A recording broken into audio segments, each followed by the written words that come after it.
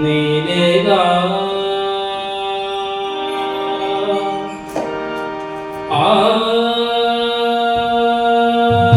रे नीरे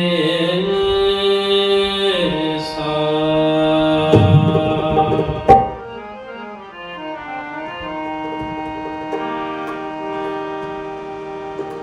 भूतं च भव्यं च सर्वं यशाधितिष्ठति स्वर्यस्य च केवलं तस्मै ज्येष्ठाय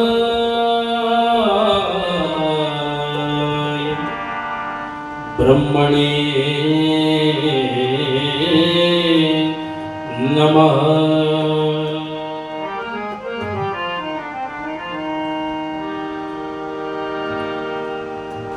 इस जीवन के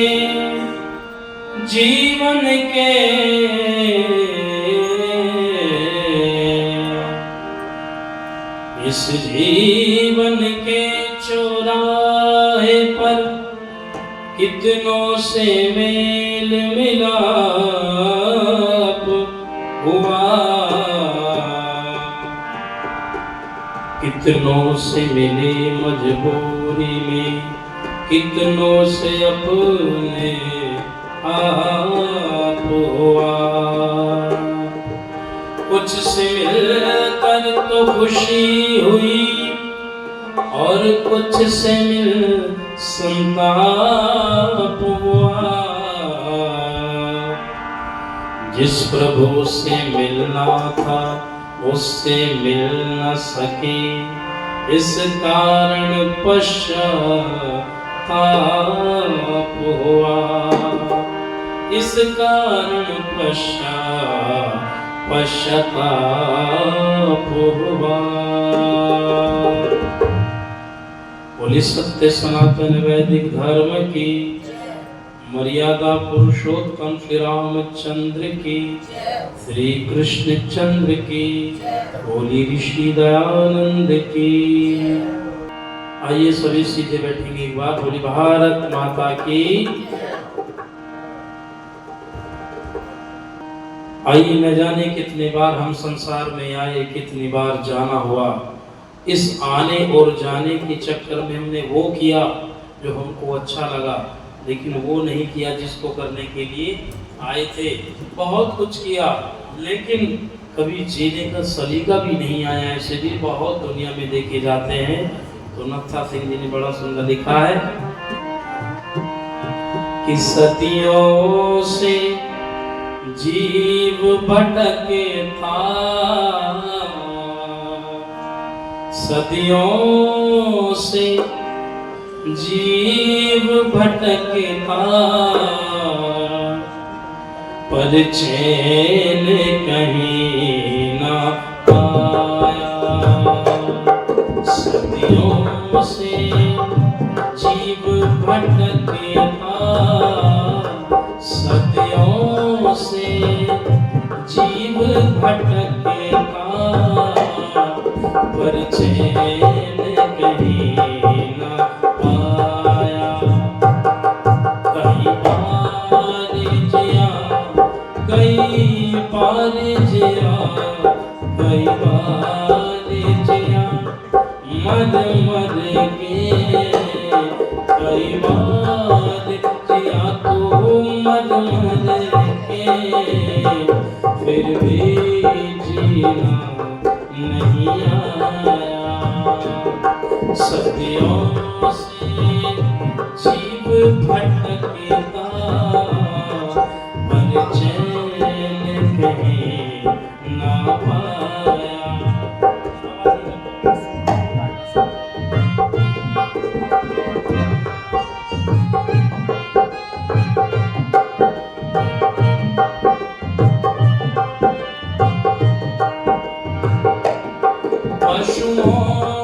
वृक्षों में घुमा पर उपकार न सीखा पशुओं वृक्षों में घुमा परे पर उपकार न सीखा नित नया पाप करने का सीखा एक नया तरीका पशु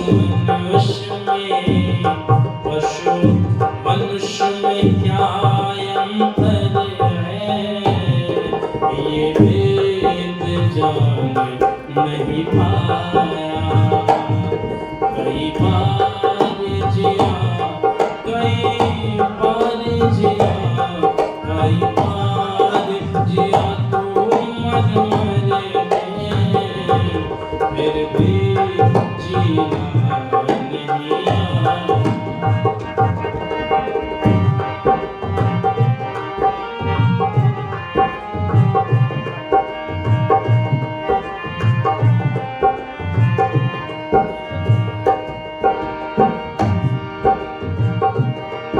निर्बल गरीब तड़पा पर कभी तेरी दया पिघली ना निर्बल गरीब तड़पा भी पर तेरी दया पिघली ना पत्थर का किया कलेजा सीमेंट हो गया सीना पत्थर का किया कलेजा सीमेंट हो गया सीना सीने से सीना निकली सीने से सीना निकली और सखम नसीना आया कई बार जिया कई बार जिया कई बार जिया तुम मर मर के फिर भी जीना नहीं आया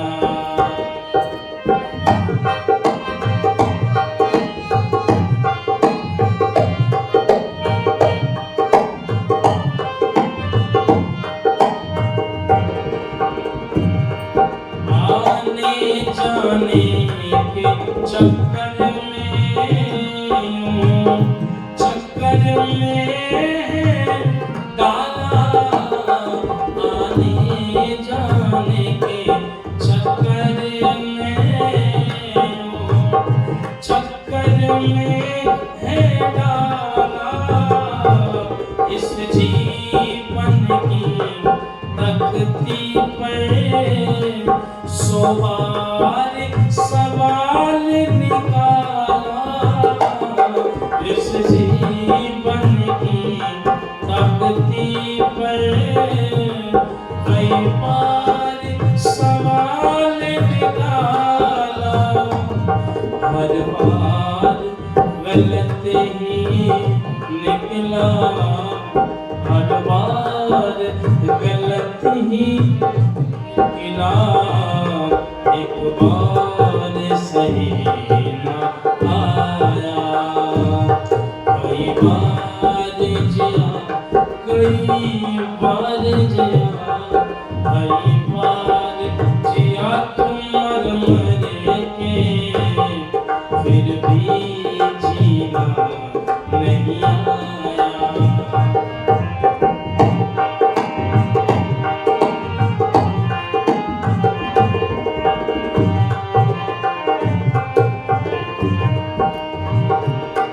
तेरे कदमों का लेखा जब प्रभु ने देखा भाला तेरे कदमों का लेखा जब प्रभु ने देखा भाला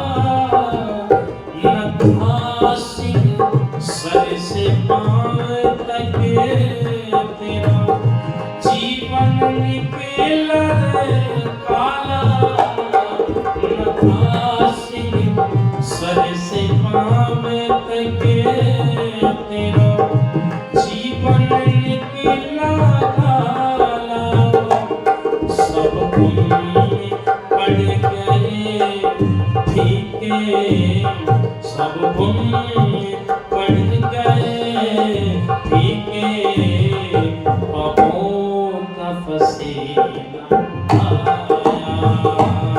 सब पुण्य बढ़ गए फीके, पापों का पसीना आया। सदियों से जीव भटकता पर चैन कहीं न पाया, पर चैन कहीं न पाया। फिर भी जीना नहीं आया।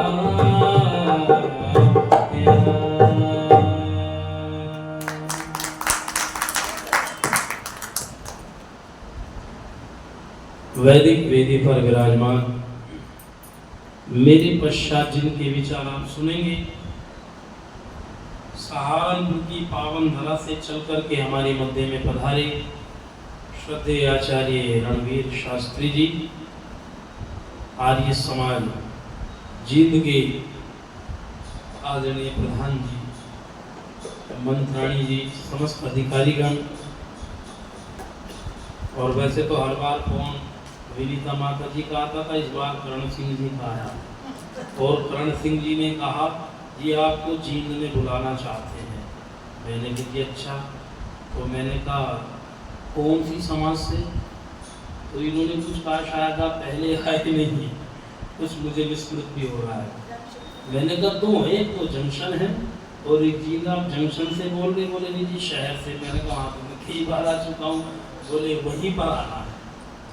तो आपने जो तारीखी बताई डायरी में देखी, खाली थी, समय दिया और ईश्वर कृपा से आप सबके प्रयत्न से एक चर्चा सुनने सुनाने का सौभाग्य हम सबको प्राप्त हुआ।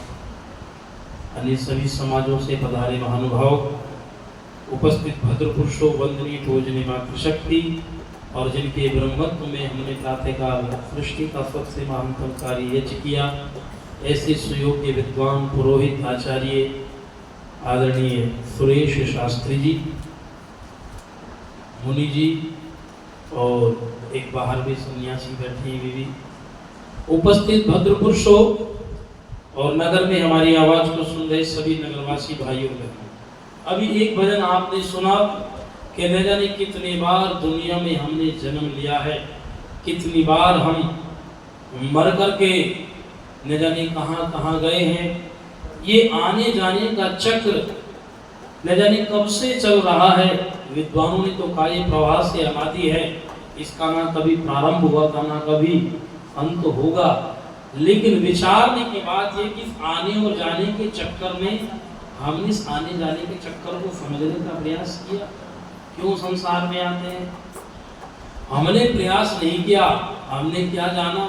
हमने खाना जाना, लड़ना जाना, झगड़ना जाना, पैसा कमाना, कोठी बनाना, सब कुछ जाना, लेकिन उसको नहीं जाना जिसके पास हमको जाना, और उसको नहीं जाना तो फिर कुछ नहीं जाना। इसलिए कहा सदियों से जीव भटकता पर चैन कभी ना पाया। क्यों नहीं पाया चैन? क्यों नहीं पाया चैन? क्योंकि जो चैन अर्थात संतोष जिन कर्मों से मिलता है उन कर्मों को हमने किए। क्योंकि हमको ये पता नहीं कि हमको कौन सा कर्म करना और कौन सा नहीं करना है। कर्म तो छोड़ो, ये भी भूल जाते हैं कि कैसे करना है। एक व्यक्ति ने प्रश्न किया एक बार कबीरदास से कि जी बताइए, हम कोई काम करना चाहे तो जल्दबाजी में करें, देरी में करें, कैसे करें? तो उन्होंने कहा काल करे तो आज कर, आज करे तो अब, कल में पहले होगी वो भी करेगा। अरे कल का काम आज करो, आज का अभी कर दो, क्योंकि जीवन पानी का बुलबुला पता नहीं कब फूट जाए। मतलब काम को जल्दी से जल्दी निपटा देना चाहिए। तो कुछ लोगों ने काम किए तो उनके काम बिगड़े। जब काम बिगड़े तो कुछ लोगों ने एक वाक्य नया तैयार कर लिया। आपने सुना होगा, जल्दी का काम शैतान का होता है, इसलिए जल्दबाजी में काम नहीं करना चाहिए। तो कुछ लोगों ने अपने नए दोहे तैयार करे, कबीरदास जी को फेल करा पीछे और नए दोहे बनाए। बोले आज करे सो कल करो, कल करे सो परसों, इतनी जल्दी क्या पड़ी है, अभी जीना है बरसों, बहुत लंबी आयु है, क्या जल्दबाजी में जी रही है, आराम से काम को करना चाहिए। लेकिन जब आराम से काम को करना शुरू किया तो भी गड़बड़ हो गई। यहाँ कार्यक्रम का समय लगभग 7:45 बजे का है और कोई 10 बजे आकर के गए कि हमने तो भजन सुने ही नहीं, उसको मिलेगा क्या सुनने के लिए? बोले तुम आराम से, पर इसलिए आराम से है कि समय निकाल दिया। तो तेजी से भी काम करने वाला सुखी नहीं रहता।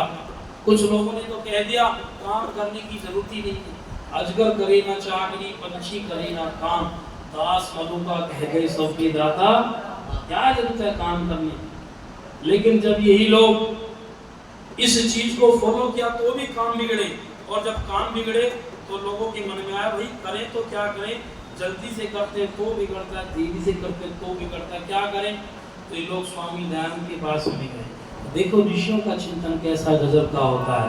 इन्होंने कहा स्वामी जी बताइए काम को जल्दी में करें कि देरी में करें? तो स्वामी जी कहते न जल्दी में करो न देरी में करो। फिर कैसे करें, क्या काम ही ना करें? बोले वो तो करना पड़ेगा। फिर कैसे करें? तो स्वामी जी वाक्य लिखते हैं, स्वर्ण अक्षरों में लिखने योग्य है ये वाक्य।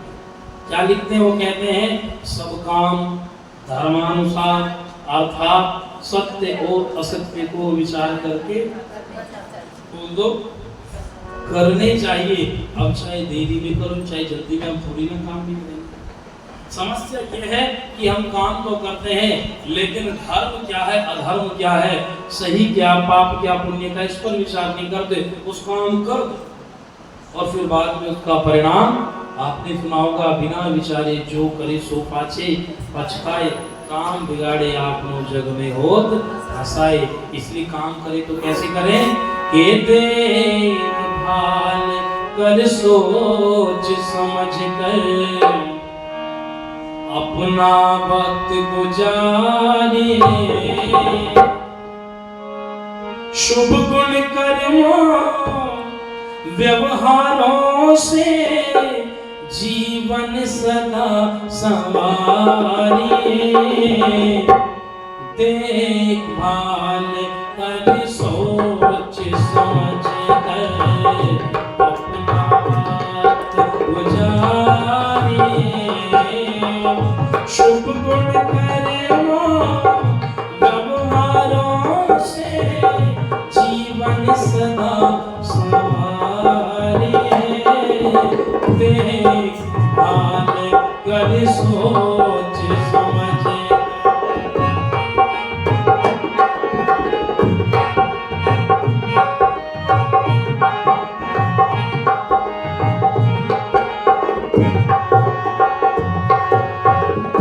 निंदा चुगली की उलझन से खुद को सदा बचाना, निंदा चुगली की उलझन से खुद को सदा बचाना,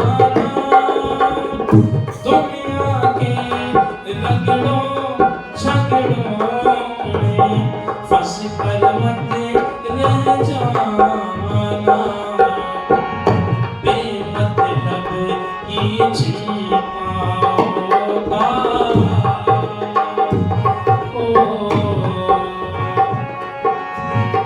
बेमतलब की चिंताओं का सिर से बोझ उतारिए, शुभ गुण कर्मों व्यवहारों से जीवन सदा संवारे।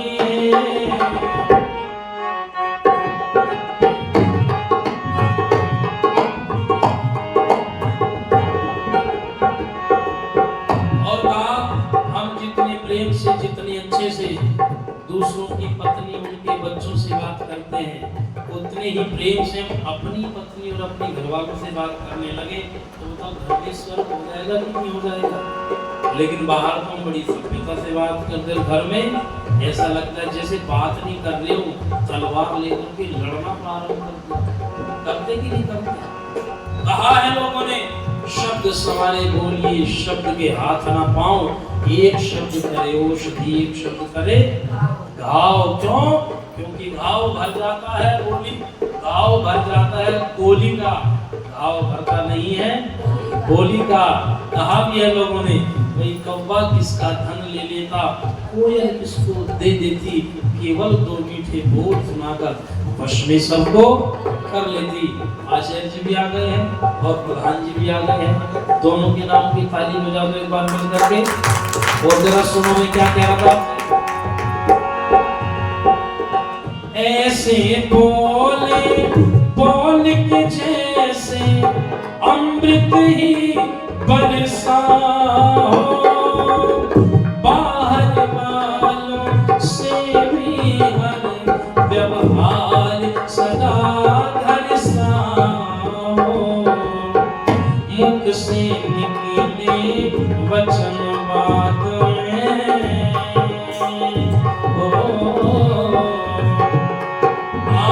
मुख से निकले वचन बाद में, पहले उन्हें विचारिए, शुभ गुण कर्म व्यवहारों से जीवन सदा सुधारिए।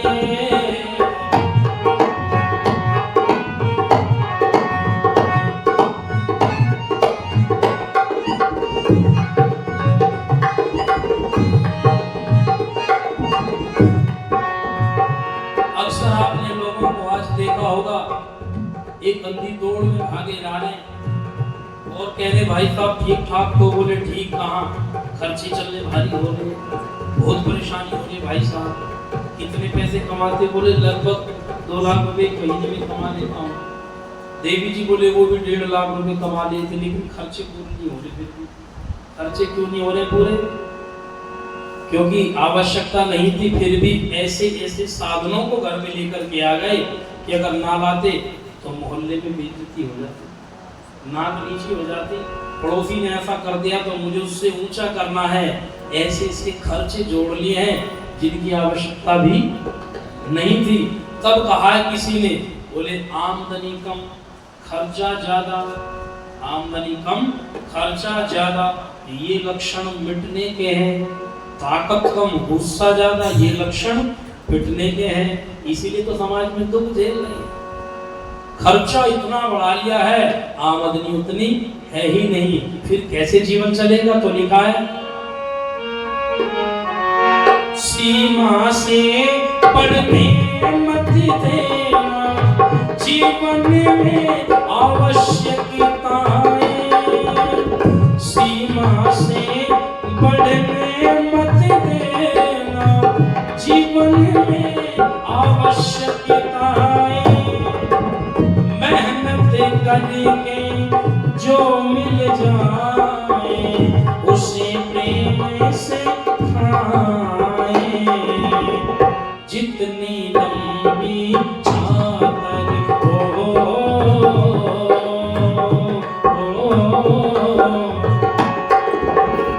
जितनी लंबी चादर हो उतनी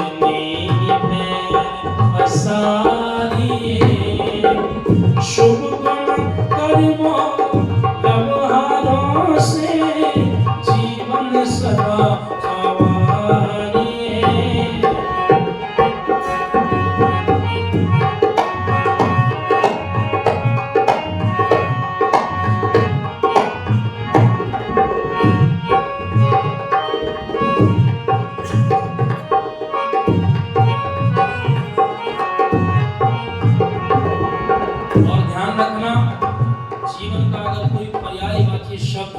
सबसे सटीक बैठता है तो विद्वानों ने कहा जीवन का पर्यायवाची शब्द संघर्ष क्या है? जिसके जीवन में संघर्ष है उसी का तो जीवन जीवन है। जिसने जीवन में कभी दुख देखा ही नहीं उसको क्या पता सुख क्या होता है, और जिसने जीवन में सुख नहीं देखा तो उसको क्या पता उसका क्या होता है।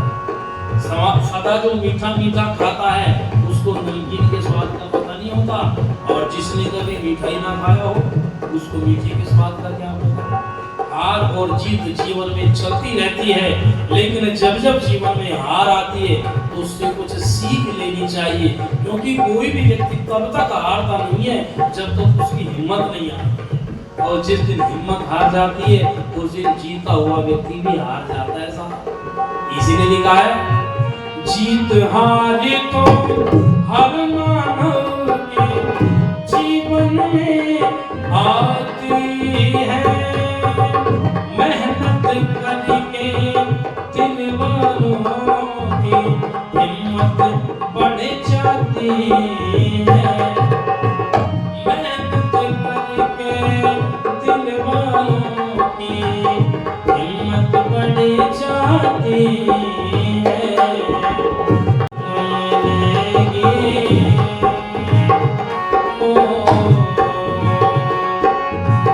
मंजिल तुम्हें जरूर मिलेगी, अधिक हिम्मत हारिए, शुभ गुण कर्मों व्यवहारों से जीवन सदा संवारिए, हाल कर सोच समझ कर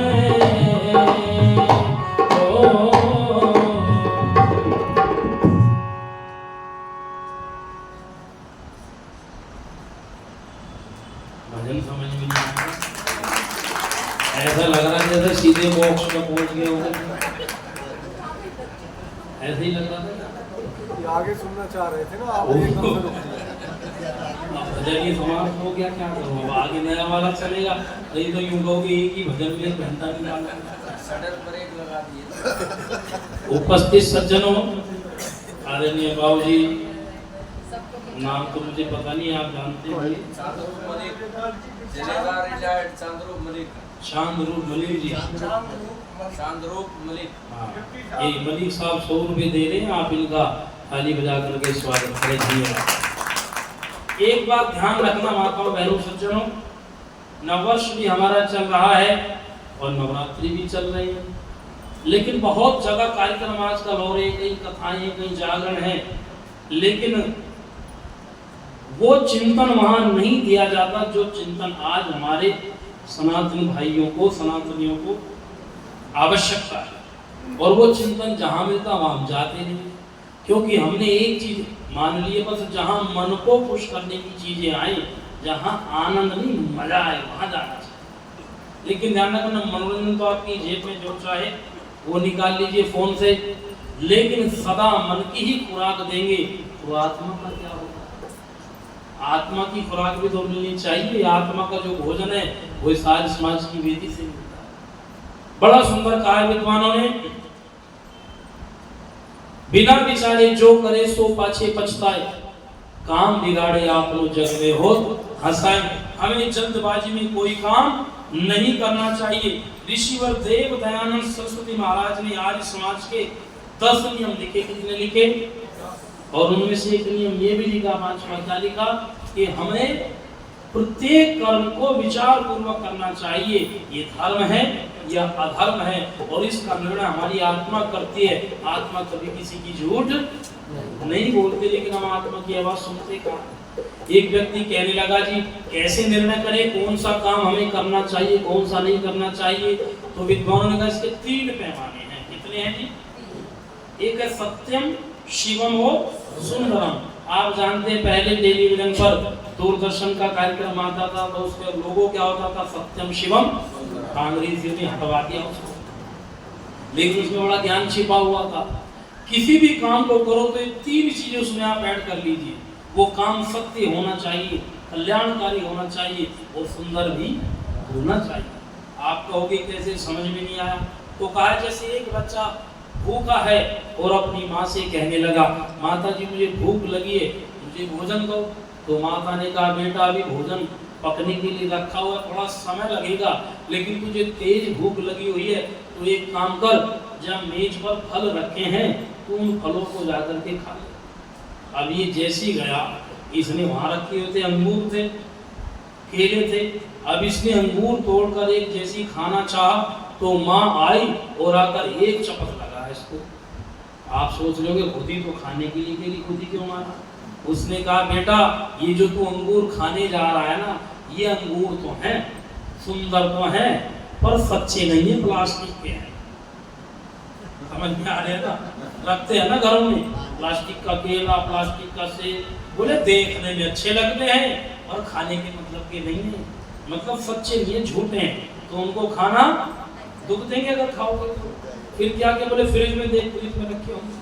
अब ये गया, इसने जाकर फ्रिज को खोला, अब वहां से इसने फिर से अंगूर निकाले रखे हुए थे, अब इनको निकाल कर जैसे ही खाना चाहता है माता जी फिर आई, फिर कहने लगी तुझे शायद बुद्धि नहीं है, फिर छीन लिया। बोले अब क्या हुआ? तो माता जी कहते बोले सत्य तो है, मतलब है तो अंगूर ही असली है, झूठे नहीं है, लेकिन शिवम कल्याणकारी नहीं है, खराब हो गए हैं। अगर खाएगा तो समझ में आ रही है ना बात, बीमार हो जाएगा। फिर क्या करूं? बोले रुक, भोजन में भी समय, बाजार पास में है, तेरी भूख नहीं रुक रही, तेज भूख लग रही है। तो ये दौड़ करके जाती है और बराबर से सुंदर ताजे फल लेकर आती है और फिर कहती है बेटे को, देख बेटा ये अंगूर ये प्लास्टिक के नहीं है, सत्य है, झूठे नहीं है, और ये शिवम भी है, ताजा ताजा है, सड़े हुए नहीं है, कल्याणकारी है, तुझे सुख देंगे, और सुंदर भी है, खराब नहीं है। तो क्या हो गया? सत्यम, शिवम और सुंदरम। बस जिस भी काम को आप करें ये तीनों चीज फिट कर लेना, उसमें वो काम अच्छा सच्चा होना चाहिए, झूठा नहीं होना चाहिए, उसमें केवल आपका कल्याण नहीं होना चाहिए, आपका भी और समाज का भी हो, और वो काम सुंदर भी होना चाहिए। जहाँ ये तीनों चीज फिट होती हैं बस वो काम करने योग्य है, और जहाँ ये तीनों चीज फिट नहीं होती उसको काम को करना नहीं चाहिए, या करना चाहिए। अब तो समझ में आ गया होगा। एक व्यक्ति बोला जी ऋषि राम ने कहा है तो अभी तो हम इसको मानते नहीं। मैंने कहा तुम ना मानो, तुम्हारी मर्जी की बात है, लेकिन ऋषि ने जो बात कही है उसका दर्शन रामायण में भी होता है, महाभारत में भी होता है। अब महाभारत तो सुनाऊंगा नहीं, रामायण का समय चल रहा है, रामनवमी आने वाली है, तो कल आपको श्री राम के जीवन पर थोड़ा सा प्रकाश डालेंगे। अभी मैं चिंतन करने लगा हूँ कि जब बिना विचारे किसी काम को करते हैं तो कैसे हमारे दुख का कारण वो बनता है। तीन चीजें ध्यान रखना, जब कभी हम बहुत गुस्से में हो, क्रोध में हो, तब कोई निर्णय मत लो। जब हम भावुकता में हो, किसी के प्रति श्रद्धा में हो, प्रेम में हो, तब भी कोई निर्णय मत लेना एकदम। भावुकता में हो, गुस्से में हो और जल्दबाजी में, अति शीघ्रता में भी कोई निर्णय नहीं लेना चाहिए। क्यों नहीं लेना चाहिए? आइए मैं आपके सामने कहने लगा हूं। जिस समय श्री राम वन को चले जाते हैं तो भरत राम को लेने के लिए आते हैं। राम तो आगे चले गए, लेकिन निषाद राजगोह की ओर चलते हैं। निषाद राजगोह की सेना ने देखा भरत आ रहे हैं और सेना को लेकर के आ रहे हैं, तो निषाद राज ने सोचा लगता है भरत को राजमद हो गया और राम को मार करके निष्कंटक राज चाहता है। अयोध्या के रास्ते से तृप्ति नहीं हुई, भरत के बारे में गलत सोच लिया। किस कारण से? श्री राम के प्रति अगाध श्रद्धा थी, प्रेम थी, भावना जुड़ी हुई थी। तो इसने अपने सभी सैनिकों को इकट्ठा किया और कहा आज श्री राम के लिए मरने मारने का समय आ गया है, हम भरत को जिंदा नहीं छोड़ेंगे, राम के पास तक पहुंचने नहीं देंगे, बस इसको यही मार देंगे। क्यों? क्योंकि राम को मारने के लिए आया, नहीं तो सेना साथ में क्यों लाता। निश्चय कर लिया तो कहने लगे, क्या कहने लगे?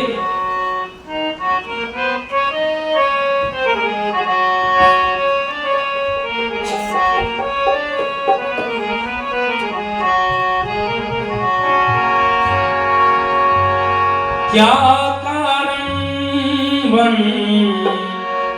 में आने का?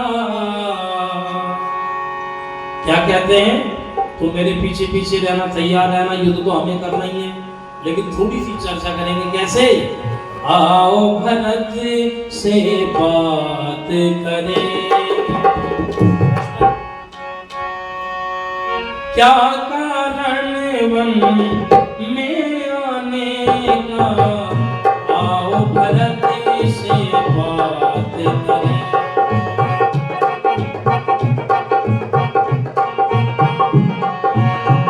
क्या कारण वन में आने का, आओ भरत से बात करेंगे, आओ भरत से बात करेंगे।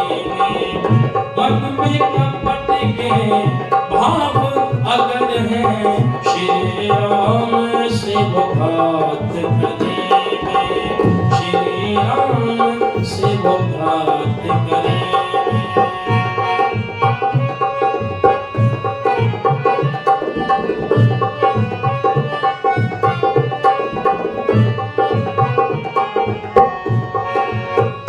कुटिल का जो ना होती रसन में सेना लाते, कुटिल का जो ना होती नस्ल में सेना लाते, कलंक माथे पे लगाकर मिटाना जीवन चाहते, कलंक माथे पे लगाकर मिटाना जीवन चाहते। विष की बेलों के ऊपर नहीं अमृत फल आते, राम लक्ष्मण को मारकर राज निष्कंटक चाहते, विष की बेलों के ऊपर नहीं अमृत फल आते, विष की बेलों के ऊपर नहीं अमृत फल आते। आगे भरत को आने दो मिलकर दो हाथ, मिलकर दो हाथ,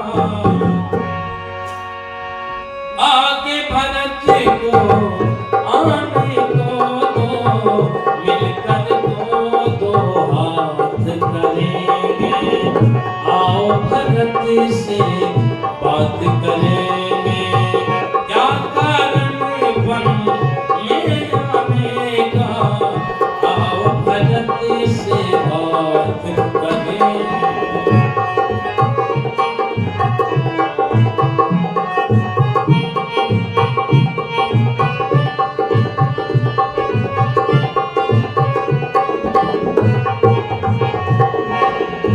सभी सैनिकों को इकट्ठा करते हुए विषादराज क्या कहते हैं, सभी सावधान रहो तुम, सभी सावधान रहो तुम, नावों को जल में डुबा लो, सभी घाटों को रोक लो, मरने के सांच सजा लो, सभी घाटों को रोक लो, मरने के सांच सजा लो, तीर तलवार त्रिशूल हाथ में तेग संभालो, आज संभ्रमण में जाओ, दिल के अरमान निकालो, आज संभ्रमण में जाओ, दिल के अरमान निकालो। निश्चय से ही आज भरत की मिट्टी में औकात, मिट्टी में औकात, निश्चय से ही आज भरत की मिट्टी में औकात करेंगे, मिट्टी में औकात करेंगे।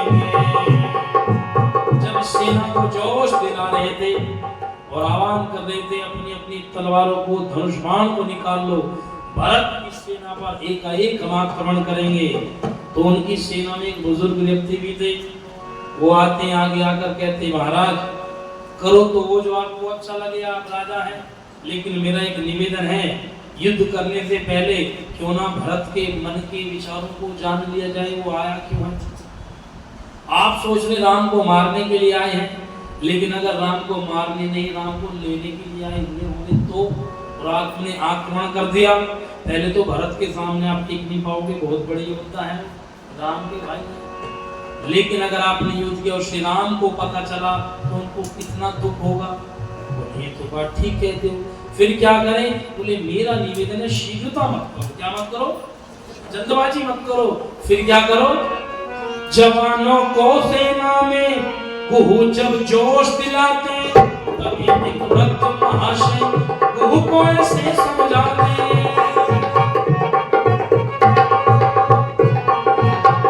जवानों को सेना में कुहू जब जोश दिलाते, तभी एक भक्त महाशय कुहू को ऐसे समझाते, करे जो बिना विचारे बाद में वो पछताते, बिगाड़े काम वो अपना हंसी जग में करवाते, बिगाड़े काम अपना हंसी जग में करवाते।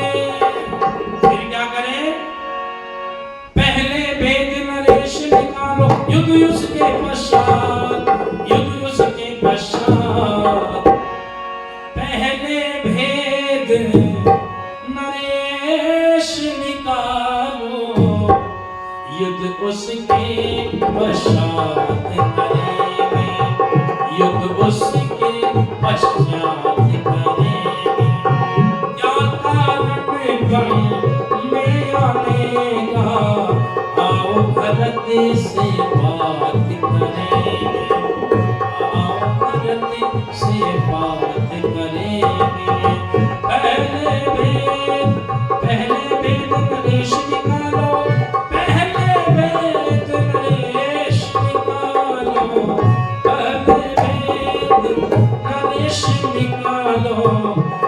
उसके पश्चात करेंगे, युद्ध उसके पश्चात करेंगे।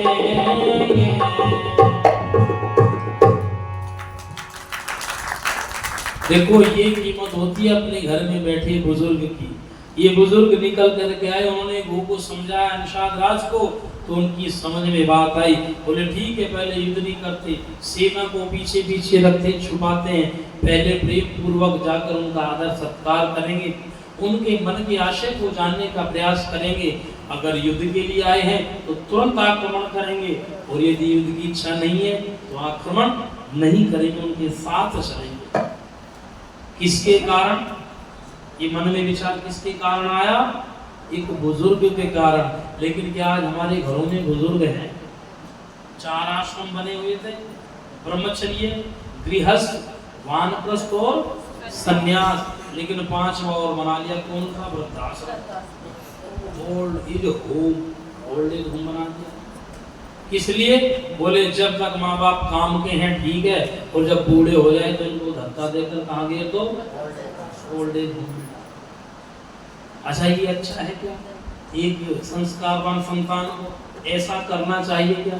लेकिन आज कर रहे हैं, क्योंकि हम ज्यादा पढ़ा लिखे हो गए। कैसे हो गए? ज्यादा पढ़े लिखे हो गए। एक मुझे दृष्टांत याद आ रहा है, ध्यान रखना। जो अपने माता पिता का बुढ़ापे में सत्कार नहीं करते, अपमान करते हैं, उनके लिए दृष्टांत पुराने लोग सुनाया करते थे। बोले एक नौजवान की शादी हुई, घर में बहू आई, 1-2 ही दिन हुए थे अभी, लेकिन वो कहने लगे देखो जी तुम्हारे पिताजी ये जो हमारे कमरे के बाहर बरामदे में सोते हैं, एक काम करो इनकी खाट बाहर पहुंचा दो। क्यों? रात को खांसते रहते हैं, पूरी रात मुझे नींद नहीं आती। अब इसने जाकर अपने पिताजी से कहा, पिताजी आपकी बहू ये कह रही है नींद नहीं आती, आप खांसते हो, अगर आपकी खाट में बाहर चौतरे पर डाल दो तो कोई दिक्कत तो नहीं? चौतरा तो समझते होंगे ना, है ना, है ना?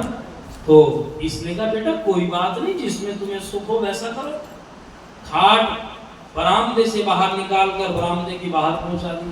लेकिन अभी 2-4 ही दिन में थे, इसने फिर कहा, बोले जी आपके पिताजी जो हैं खांसी बहुत इनको तेज है, तो ये टूटते रहते हैं, मैं झाड़ू लगाती हूँ, जहाँ तहाँ गंदा होता है मुझे बदबू आती है, जी खराब होता है, एक काम करो इनकी खाट तुम यहाँ से उठाकर बाहर जो नीम का पेड़ है ना उसके नीचे डाला। इसने फिर कहा, पिताजी आपकी बहू की जो तबीयत ठीक नहीं रहती, क्योंकि आप ऐसे ऐसे करते हो, आपकी अगर मैं खाट नीम के नीचे डाल दूँ तो कोई दिक्कत तो नहीं? बूढ़े ने कहा कोई दिक्कत नहीं भाई, नीम के नीचे डाल दो।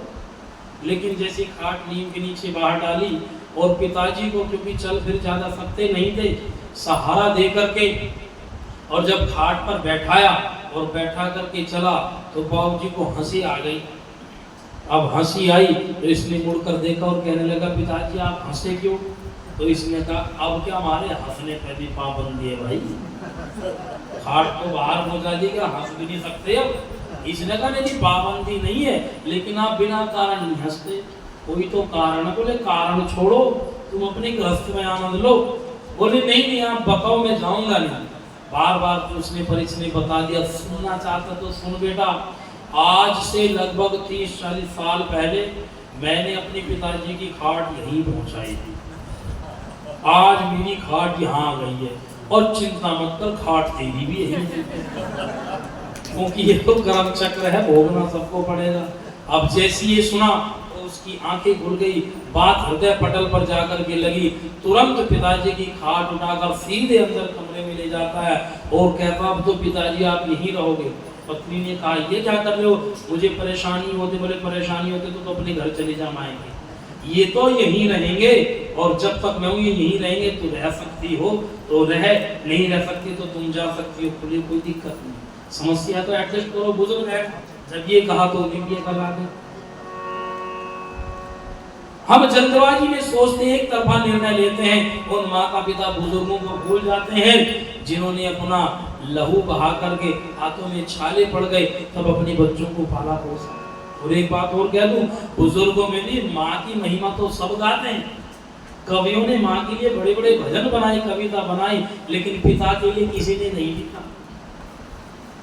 भाई साहब 200 रुपये तेरे हृदय से धन्यवाद, ताली बजाकर स्वागत करें। पिता के लिए किसी कवि ने इतनी कलम नहीं चलाई, किसी ने 100 में एक नहीं लिखा होगा, तब एक पिता का दर्द छलका और वो कहता, सुनना यहाँ जितने भी पिता हैं वो कहते हैं कि लड़के पिता को गले नहीं लगाते हैं।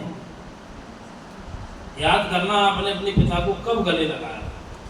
लड़के अपने पिता को गले नहीं लगाते हैं और ना ही उनकी गोदी में सर रखकर सोते हैं।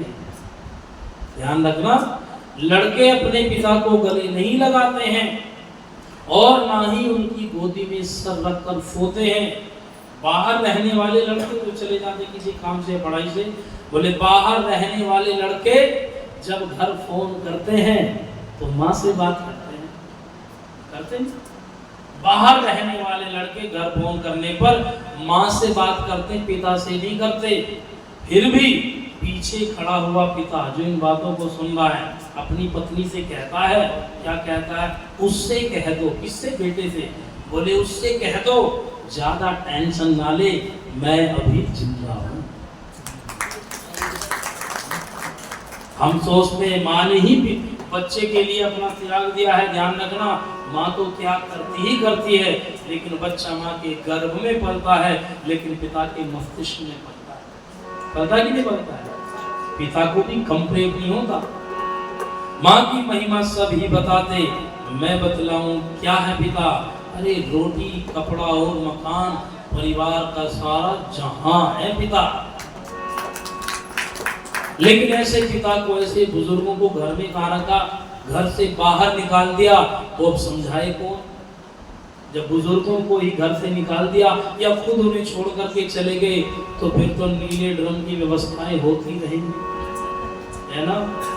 किसी का पिता जाएगा, किसी का बेटा जाएगा, कहीं कोई पैक करेगा, कहीं कोई पैक करेगा, ग्रस्त टूटेंगे, बर्बाद होंगे, क्योंकि जो अपने माँ बाप का नहीं हुआ वो तुम्हारा क्या होगा? लेकिन यहाँ बुजुर्ग ने जब कहा कि सुनो, युद्ध अभी मत करो, पहले भाव को जानो। ये जब जाते हैं और जाकर के पूछा उनसे कि महाराज आप वन में किस लिए आए हैं, तो पहले तो भरत की दशा को देख करके ही समझ गए। बाल बिखरे हुए, आंखों में आंसू हैं, पागलों जैसी हालत हो गई है भरत की। देखकर समझ गए ये व्यक्ति तो युद्ध के लिए नहीं आ सकता। लेकिन जब पूछा तो पूछने से पहले ही भरत उनसे मिलने के लिए आते हैं और उनके पैर छूकर आशीर्वाद लेना चाहते हैं, क्योंकि उन्हें पता था मेरे भैया के ये मित्र हैं, तो ये भी मेरे लिए वही स्थान रखते हैं। लेकिन निषाद राज उनके भाव को समझ गए, बिना बोले उनको हृदय से लगा लिया। और जब भाव पता चला, क्यों आए हो वन में? मैं तो भैया राम को लेने के लिए आया हूँ। और ये सेना क्यों है? बोले ये उनके प्रेम के कारण आई है। सेना ही नहीं, पीछे अयोध्यावासी भी आ रहे हैं, सब श्री राम को लेने के लिए आ रहे हैं। तब उन्होंने कहा था, मुझे क्षमा करो महाराज, मैं जल्दबाजी में बड़ा जगन अपराध करने जा रहा था, पराक्रम करने जा रहा था, मैंने ऐसा सोच लिया था। तब भरत कहते, तुमने ठीक ही सोचा, भैया राम को मेरी कारण तो बनवास हुआ है, मैं ही तो पापी हूं। वो विषय अलग भरत मिलाप का हो जाएगा। लेकिन यहाँ ये बात उससे तो होती है कि अगर निषाद राजगुरु ना उस बुजुर्ग की बात मानते तो जल्दबाजी में कितना बड़ा अपराध हो जाता। तो क्या किया उन्होंने? पहले विचार किया, धर्म पूर्वक विचार किया, तो पाप कर्म करने से बच गए कि नहीं बच गए? अच्छा, ऋषिनाम की बात सत्य सिद्ध हुई कि नहीं हुई? अरे बोलो, आया ना बोलो, सत्य सिद्ध हुई या नहीं हुई? तो हमको क्या चाहिए? किसी भी काम को करने से पहले हम भी विचार करें। और जैसी भूल इधर हुई ना निषाद राजगुरु को, ऐसी भूल हो गई किनको? लक्ष्मण को। जब लक्ष्मण ने देखा भरत को आते हुए, वो कहने लगे भैया अग्नि को बुझा दो, माता सीता को कहीं छुपा दो। क्यों? क्योंकि कैकेयी का बेटा भरत हमें मारने के लिए आ रहा है। क्योंकि वो भी थोड़े उग्र स्वभाव के थे, उन्होंने भी जल्दबाजी में निर्णय ले लिया, भरत आ रहा है, सेना को लेकर आ रहा, तो हमें मारने आ रहा हो और हमें फूल यहाँ देने के लिए आ रहा है। जब इस बात को सुना तो राम कहते, भैया लक्ष्मण, तुमने भरत को अभी जाना नहीं है, भरत तो साधु है। क्या है? क्यों उन्होंने संन्यास ले लिया था क्या? नहीं। साधु कैसे होते हैं? जो सज्जन पुरुष होते हैं वो साधु होते हैं। ऐसे साधु नहीं होते जैसे हरिद्वार में चले गए, एक साधु मिला, वो बैठा हुआ रो रहा है, किसी भले आदमी ने पूछ लिया महाराज साधु हो फिर भी रो रहे हो, क्यों रो रहे हो? तो इसने कहा कि मुझे अपनी घरवाली की याद आ रही है। बोले घरवाली की याद आ रही है तो फिर संन्यास क्यों लिया था? बोले घर में झगड़ा हो गया, मेरी मनपसंद चीज नहीं बनाई, इसलिए 2 चपत मैंने लगाई तो 4 उसने लगाई, वही कौन सी कम थी, मैंने गुस्से में छोड़ करके संन्यास ले लिया। ऐसे बहुत मिलते हैं। बोले कितने दिन में संन्यास लिए? बोले अभी तो 4 ही दिन हुए हैं। 4 दिन में ये हाल है तो बाकी का क्या होगा? ऐसे व्यक्ति साधु नहीं होते, साधु तो सज्जन पुरुष होते हैं। बोले भरत तो साधु है। फिर मुस्कुरा कर कहते हैं श्री राम लक्ष्मण को, क्या कहते हैं कि मंद मंद बोले रघुराई, कौशल्या नंदन सुखदाई। मंद मंद बोले रघुराई, कौशल्या नंदन सुखदाई। धरती तल पर भरत सरीखा धरती तल पर भरत सरीखा नहीं कोई भाई। मंद मंद बोले रघुराई, कौशल्या नंदन सुखदाई। धरती तल पर भरत सरीखा धरती तल पर भरत सरीखा नहीं कोई भाई। मंद मंद बोले रघुराई। कहते भैया आप तो सीधे हो, बहुत आपको सब अच्छे लगते हैं, लेकिन ऐसा है नहीं। आप धनुष उठाओ, बाण उठाओ और भरत पर आक्रमण करेंगे। बोले तुम भरत को हरा दोगे, अकेले हरा दोगे? बोले अकेले कहाँ, मेरे साथ आप नहीं हो क्या? आप मेरे साथ मिलकर भरत को मारने के लिए चलो। तब राम कहते, क्या कहते हैं? धर्म की राह पर चलकर, धर्म की राह पर चलकर मित्र आज्ञा पालन कर। कैसे तुम मार भरत को इस निंदित राज की खातिर। कैसे तुम मार भरत को इस निंदित राज की खातिर। मेरे जीवन धन के बिन, वीरवर लक्ष्मण के बिन राज की बात ही क्या है। राज की बात ही क्या है। भरत शत्रुघ्न के बिन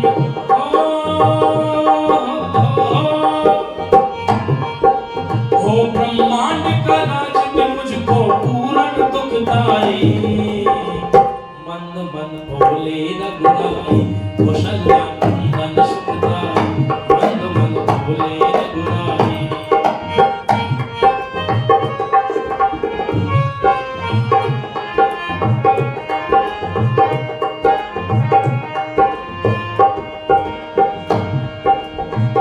श्रेष्ठ जन के रक्षण को, श्रेष्ठ जन के रक्षण को, प्रजा के सुख पालन को। राज्य की मेरी कामना, प्रजा के हित चिंतन को। राज्य की मेरी कामना, प्रजा के हित चिंतन को। बंधु बांधव मित्रों को मार कर सुख मिलता जो। बंधु बांधव मार कर धन मिलता जो। विष मिले भोजन के संग नहीं स्वीकार मुझे वो। विष मिले भोजन के संग नहीं स्वीकार मुझे वो।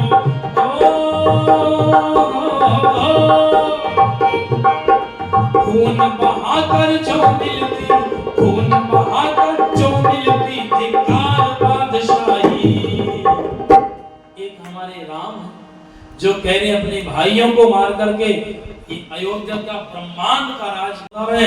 अपने भाइयों को कष्ट देकर मुझे ब्रह्मांड का राज भी नहीं चाहिए। ये हमारे मर्यादा पुरुषोत्तम श्री राम है। और एक तरफ औरंगजेब है जिसने अपने भाई दाराशिकों का शीश काटकर अपने पिता शाहजहां के सामने रख दिया और उसको प्यासा तड़पा तड़पा करके मार दिया।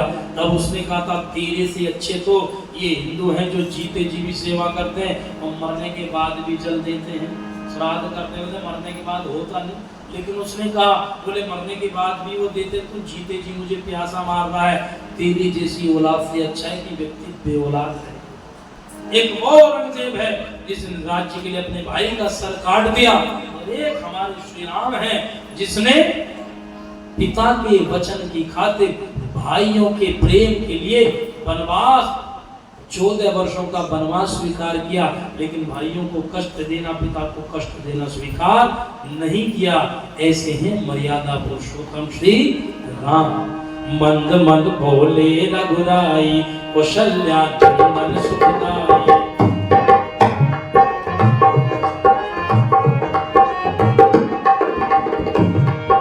और कहते भैया आपको नहीं पता ये कैकई का बेटा है, वही कैकई जिसके कारण हमें वन मिला है। माँ ऐसी है तो बेटा कौन सा कम होगा। देखो जब माँ बाप ठीक नहीं होते ना तो बच्चे भी बदनाम होते हैं, और जब बच्चे गलत काम करते हैं तो भी माँ बाप बदनाम होते हैं। होते कि नहीं होते हैं? लेकिन राम कह रहे हैं, क्या सोच रखते हैं श्री राम, न निंदा करके कई की, न निंदा करके कई की, मात है वो हम सभी की।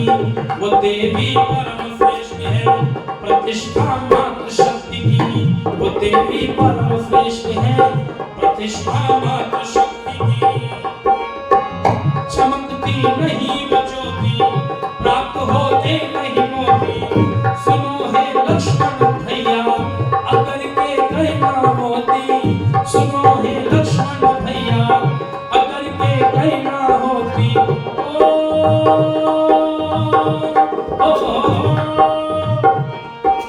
भरत महात्मा से सुनी, भरत महात्मा से सुनी रहती धरती माई।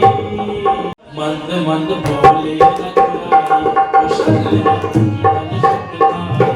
मंद मंद बोले रघुराई, धरती तल पर भरत शरीरा।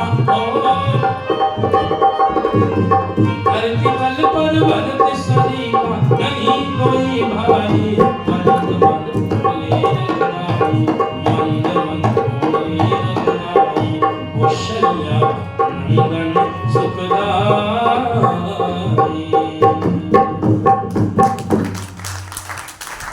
श्री राम ने जब समझाया ऐसा नहीं है भरत, ऐसा नहीं है, तुम उसके बारे में ऐसी सी गलत बातें मत करो। अगर तुम्हें राज चाहिए तो मैं भरत को बोल दूंगा, वो सारा राज तुम्हें दे दे। मुझे इतना विश्वास है भरत मेरी बात को काटेगा नहीं, टालेगा नहीं। तब लक्ष्मण कहते भैया मुझे राज नहीं चाहिए, मुझे तो आपके चरणों में रहना है। आपके लिए मैं तो इसी बात कर रहा हूँ, बोले मेरे लिए कर रहे तो भरत के लिए भी मन में गलत भाव। और उसका निर्णय होता है जब भरत आते हैं, आकर राम के चरण छूते हैं और कहते भैया मेरी कारण आपको वनवास हुआ है, मैं पापी हूँ, मैं ऐसा हूँ, मैं वैसा हूँ, बहुत सारे दोष गिनाते। कहते आप चलो, अयोध्या का राज कल भी आपका था और आज भी आपका है। जब लक्ष्मण ने ये सुना और कहते भरत को देखा तो लक्ष्मण पैरों में गिर जाते हैं भरत के, कहते भैया मुझे क्षमा करो, मैं आपके बारे में बहुत गलत सोच बैठा। अच्छा क्यों गलत सोच बैठे? क्यों गलत सोच बैठे? जल्दबाजी। जल्दबाजी क्यों की?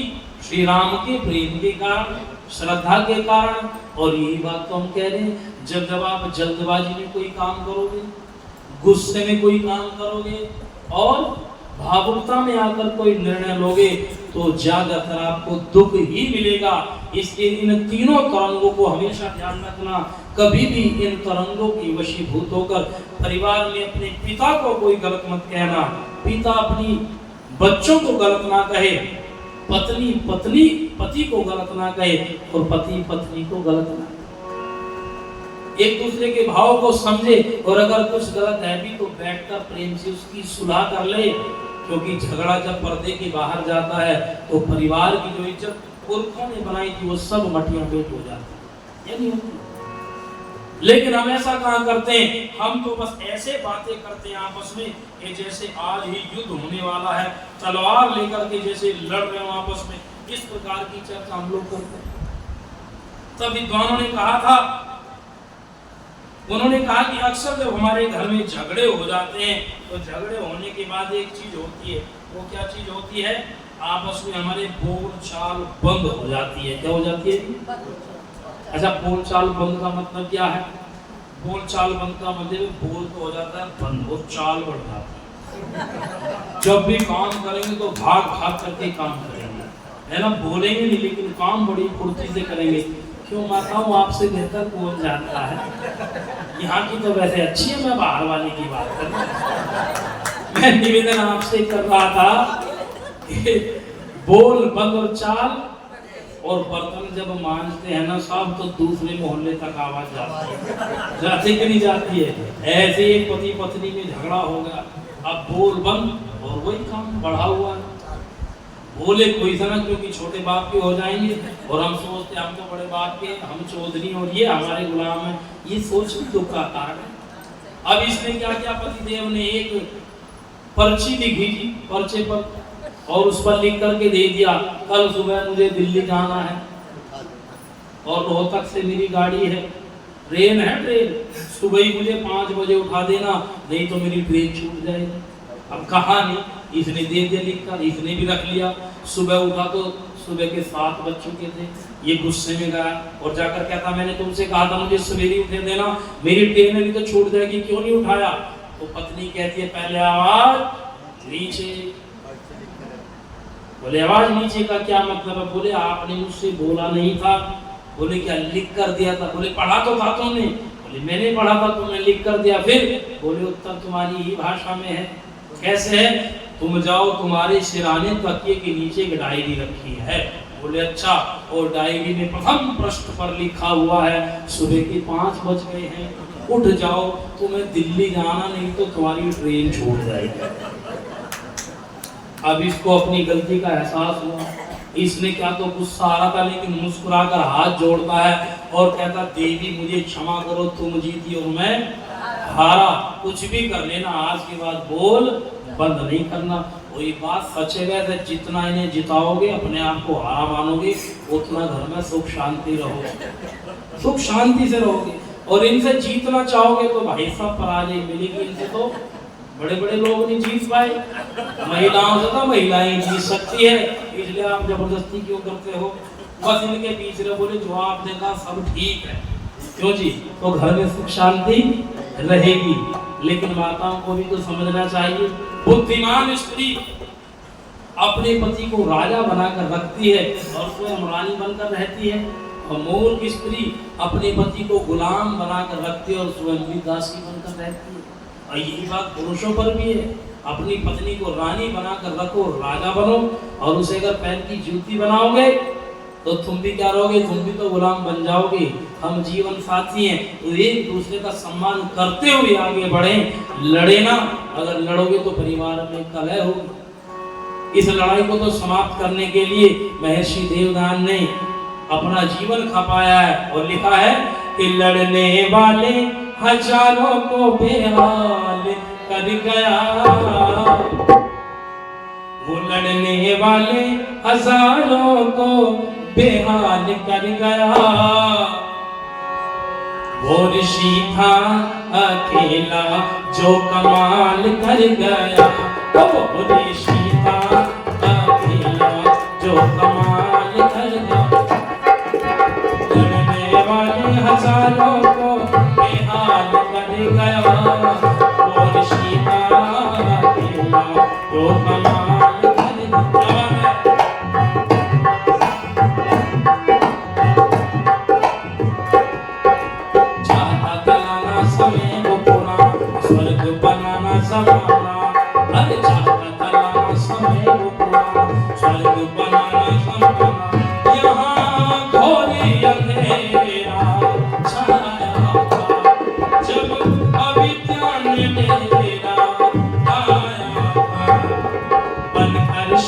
उजाला बेमिसाल कर गया, बनकर शमा उजाला बेमिसाल कर गया, वो ऋषि था अकेला जो कमाल कर गया।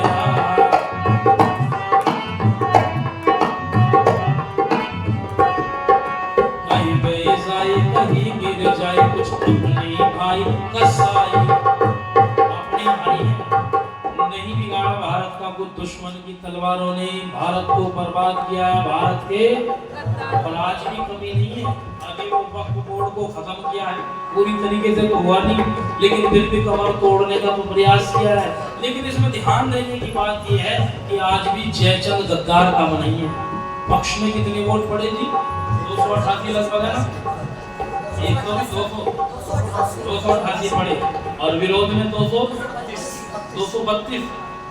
और इनमें मुसलमान कितने हैं? मुश्किल से 25-30 होंगे, है ना। और 180-190 के लगभग कितने हैं? ये वही जय चंद्र था। तो कमी नहीं है आज भी।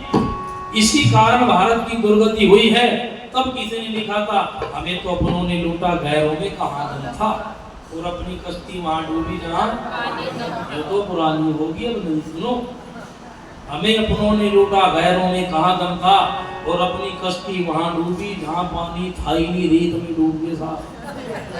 बिना पानी की जरूरत नहीं है, नाड़ रेत में धंसा के वही डूब के मर गए। ये क्या है? आलस्य है और प्रमाद है। लेकिन ऋषि ने क्या किया? कहीं पे ईसाई, कहीं गिर जाए कुछ अपने भाई कसाई, कहीं पे ईसाई, कहीं गिर जाए कुछ अपने भाई कसाई। यहाँ ढोंगी रचाए बैठे, आखंड बिछाए बैठे थे परवार ऋषि। ओ आखंडियों की दुकानों पर हड़ताल कर गया, आखंडियों की दुकानों पर हड़ताल कर गया। वो ऋषि था अकेला जो कमाल कर गया, वो ऋषि था। ऋषि अलबेला बहुत दुख झेला, विरोधियों से खेला या खेला। ऋषि अलबेला बहुत दुख झेला, विरोधियों से खेला या खेला। ऋषि अलबेला बहुत दुख झेला, विरोधियों से खेला, विरोधियों से खेला अकेला।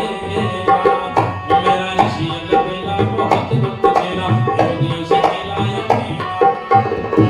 पाई बिल की बोली यहाँ खोली थी, कुरियान की भीड़ जैसी बोली थी। अधिक पुराण कपोड़ों की हड़ताल कर गया वो, अधिक पुराण कपोड़ों की हड़ताल कर गया। आप मिलकर ताली बजाते हुए एक साथ बोलिए, कमाल कर गया। क्या बोलेंगे? आपको लगता कमाल किया है तो बोलो, और आपको लगता जमाल किया है तो मत बोलो। एक साथ मिलकर बोलो, वो ऋषि था अकेला जो कमाल कर गया। ओ वो ऋषि था अकेला जो कमाल कर गया। लड़ने वाले हजारों को बेहाल कर गया, लड़ने वाले हजारों को बेहाल कर गया। मेरा ऋषि था वो ऋषि था अकेला जो कमाल कर गया।